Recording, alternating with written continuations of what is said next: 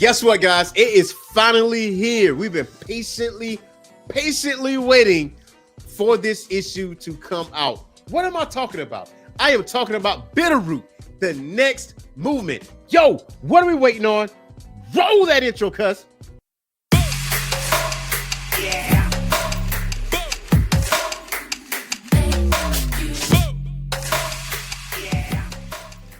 What's going on, Geek Corner? This is your boy, Earth Mac, the Mad Scientist, and welcome back to the Orange Phoenix Media Channel and another episode of Comic Book Declassified, where we talk about the most recent issues in comics, as well as past issues, as well as character bios, if you ask for it. Today, we're going to talk about one of the most anticipated independent comics out there, and we are talking about Bitterroot, the next movement. I am super excited about this. We are going to broad stroke this issue because of one simple fact. I want you to go out there to your local comic book store and get yourself an issue of Bitterroot, the next movement, part 1, because this is only the beginning. It is not too late. Find yourself some variant copies. Do what you got to do, because this is a story you do not want to miss out on. Honestly, this is the second chapter in the Bitterroot saga. Now, if you miss out on the first chapter, I highly encourage you guys to get the omnibus. Wait, you don't have the omnibus? Hold on. This is what I'm talking about. Get yourself a hardback cover of Bitterroot Omnibus Book 1, okay? Man, I'm going to tell you right now, man, you will not be disappointed when it comes down to this story. But this is the second chapter. In the first chapter, it goes to the Roaring 20s, the 1920s, during the Renaissance era. But now, when it comes to Bitterroot, the next movement, this takes place in the 60s during the Civil Rights era, like at the crux of hatred and segregation. Like, this really is an intriguing story. So let's get into it. So, Bitterroot, the next movement, part 1, is by the creators of David F. Walker, Chuck Brown, and Sanford Green, with Matt Hearns doing the coloring, Hassan Asman Ehahu, lettering, Shelley Bond, the editor, John Jennings, Bitterroot's editor, Drew Gill, design and production, and Trad Moore with variant covers B and C. Now, if you look at the first the A cover of Bitterroot, it got that psychedelic look, it got that 60s feel to it, and I'm really digging how this artwork. I always dig the artwork. And just to broad stroke like the first chapter of like Bitterroot on what's transpired, like there's this Andros. Like Andros was the big bad in Bitterroot, and the one that the Sangiri family, amongst other families, was able to stop. But there was some sacrifices along the way. There was, some death, within the Sangiri family. But the leader of the Sangiri family was Maeda, when it came down to the first chapter. But when you go further into the first chapter, Maeda relinquishes her leadership spot and she gives it to Blank, which leads to this new next movement in Bitterroot, which Blank is the new leader of the Sangiri family. Now, one thing that is interesting about this is that it's been said in this comic that Blank is the only survivor from that era. There's no more Ford, there's no more Cullen, there's no more Berg.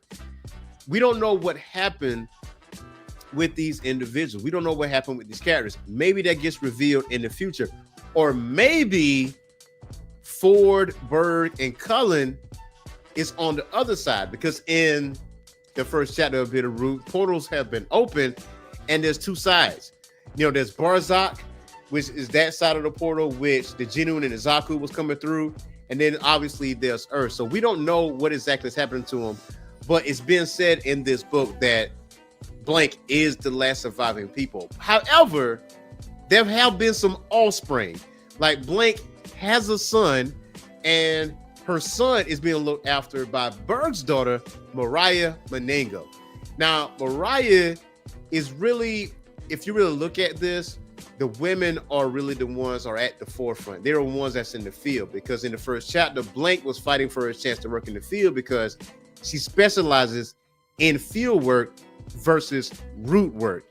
And Mariah is basically the same way. Now, you see some dialogue between Mariah and Blank and Blank is giving her the mission as far as what's going on.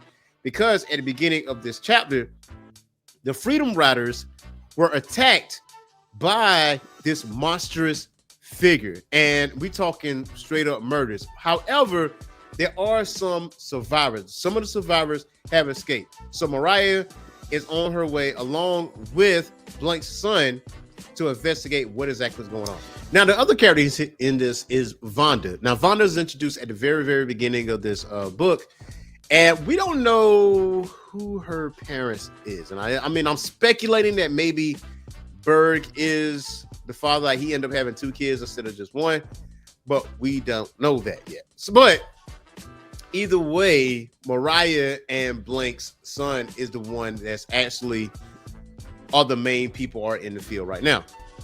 So with these Freedom Riders, some of these Freedom Riders was able to escape, but there's another character from the previous book that is introduced, and that is Cotton. Now, if you remember Cotton from the first chapter, Cotton was a kid back then, and he's all grown up now, and he is a veteran, and he is also in the field. What do we see from Cotton? That remains to be seen, because if you really look at this first issue here, it's more of an introduction into what is to happen. It is world building at this point. Remember, there is a considerable gap between the first chapter of Bitterroot and this current issue, which is the second chapter of Bitterroot. So it's basically getting us up to speed as far as what exactly is going on. Now, the other thing about this is, in the 60s, is that the Bureau no longer believes in Genu. They believe that the Genu and the Zanku, the last sighting was 1947. But according to the Sagiri family and Mariah, nah, y'all been ignoring our warnings. They have always existed. And the Genu are created by anger and hatred. And we are talking about the civil rights movement. We're talking about pro-segregation and all that other stuff. Like, it has gotten worse, and the Bureau is ignoring that. Now, they are familiar with the Sagiri family, more specifically Agent Steele and York. Now, if you see this dialogue between York and Steele, he goes on to say, "Don't say another word, York. There hasn't been a Genu attack since 1947. I need your head in the game and not chasing threats that don't exist anymore." But that's when Mariah steps in. Mariah steps in and says, "Listen, I'm Mariah Monego, Sheriff. You can call me Miss Monego. Agents Steele and York know me. The Bureau has had ample opportunity to deal with what is legitimate and growing threat, coming up woefully short in the realm of results. Now, if you gentlemen will excuse me, there's a new sheriff in town, and I have murders to solve and missing people to find." Now, just like Berg in the first chapter, Mariah has no issue in taking charge. Like, she has no qualms about that. Listen, I don't have time for your ignorance.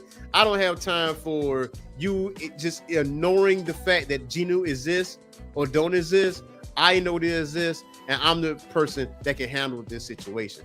Now, I strategically left out like key elements in this issue because, again, I want you guys to go out there and support your local comic book store and support this issue of Bitterroot. There are several variants out there, man. You need to get your hands on those. So I cannot wait for the next issue of Bitterroot, the next movement, because there are some new characters going to be introduced. I cannot wait. I just got the feeling new characters going to be introduced. I thoroughly enjoyed this first issue. I read it a few times. I read it a few times. I read it at least 3 or 4 times, and I went back to reread the Compendium Omnibus Book 1 for Bitterroot, and I enjoyed it even more the second time around because I had to catch myself up, to get my brain, going as far as what leads into Bitterroot, the next movement. So I hope you guys enjoyed this video. Do not forget to hit that like and subscribe button and that notification bell. So until next time, y'all, peace.